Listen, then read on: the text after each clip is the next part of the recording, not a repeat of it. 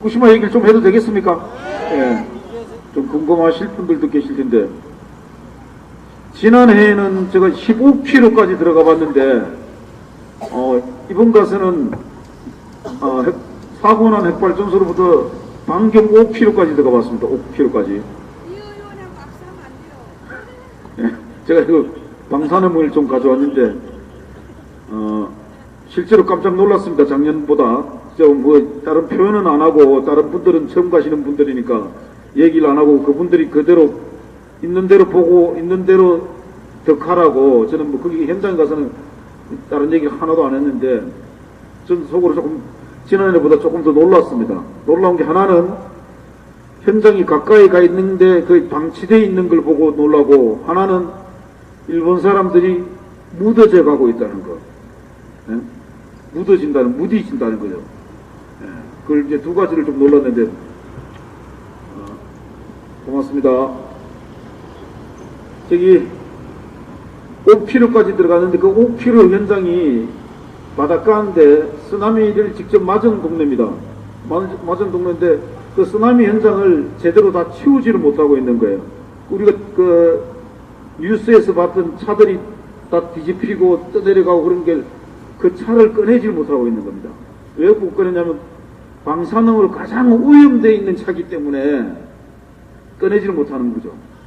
사진도 있는데 그런 걸 놀랐고, 그 다음에 이제 또 하나 또 놀란 거는 아까 말씀드린 대로 일본 사람들이 대단히 이제 4년이 다가오다 보니까 그 공포심에서, 핵의 공포심에서부터 이제 감각이 떨어지고 있는 겁니다. 실제로 무서운 건지 알면서 그래서 그날 우리를 안내했던 반경 5km까지 안내했던 목사님이 일본 분이신데, 일본에서는 사실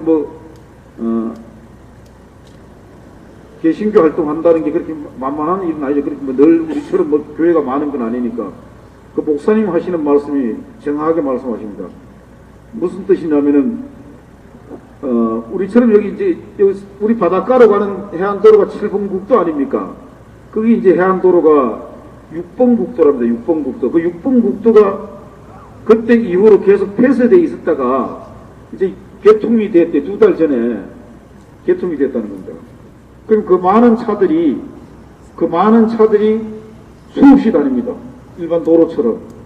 놀러 다니는 차가 아니고 그 핵발전소에 사고가 난 곳에서 일을 하기 위해서 다니는 차들이 많은데, 그 목사님 말씀은 그 실제 그런 거죠. 여기 있던 차가 핵발전소 지역에 들어갔다 나오면은 아무래도 방사능을 더 많이 바닥 덩어리에 더 많이 붙여가지고 나오는 거 아닙니까? 그러니까 방사능을 옮겨가게끔 만드는 역할들을 하는 것을 일본 정부가 뻔히 알면서도 도로를 열어줬다는 겁니다. 그 얘기는 뭐냐면 일본 정부가 방사능으로부터 큰 피해가 없다, 이런 걸 조작하기 위해서 그런다는 거죠. 이게 그 목사님 말씀이 정확하게 표현하시는 게 일본이 미쳐가고 있다는 겁니다. 저도 거기에 동의합니다. 동의하시죠? 예. 그런데 문제는 뭐냐면은, 저도 거기 가서 그런 생각을 해봤습니다.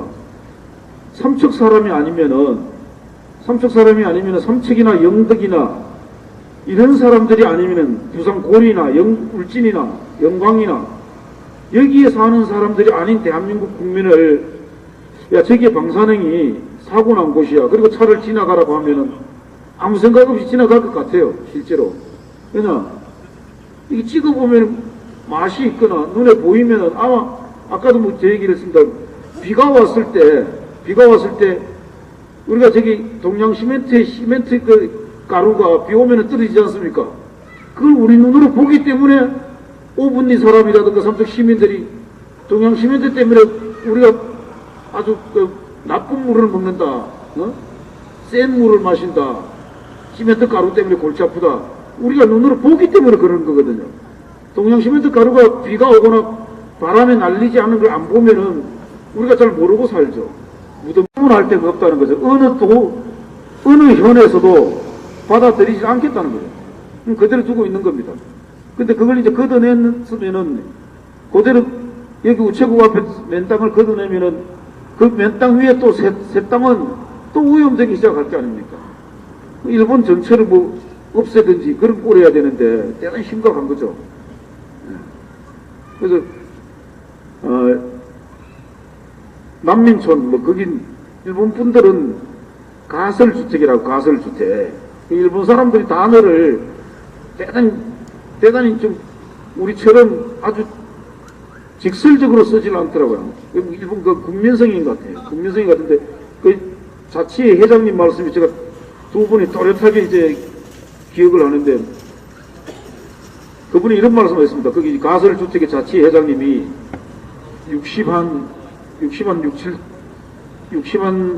67세 정도 되시는 분인데 그분이 뭐라고 말씀하시나 하면은 처음에 우리가 갔을 때도 그 마을에 갔을 때 설명하면서 하신 말씀하고 맨 마지막에 또 우리가 나오기 전에 하신 말씀 똑같은 말을 두 번 하셨는데 뭔 말 하냐면은 여기 삼척시의회에서 오신 분들 의원들하고 공무원들이 핵발전소를 찬성하든지 반대하든지 상관없이 우리가 고향에 돌아가지 못하고 있다는 점.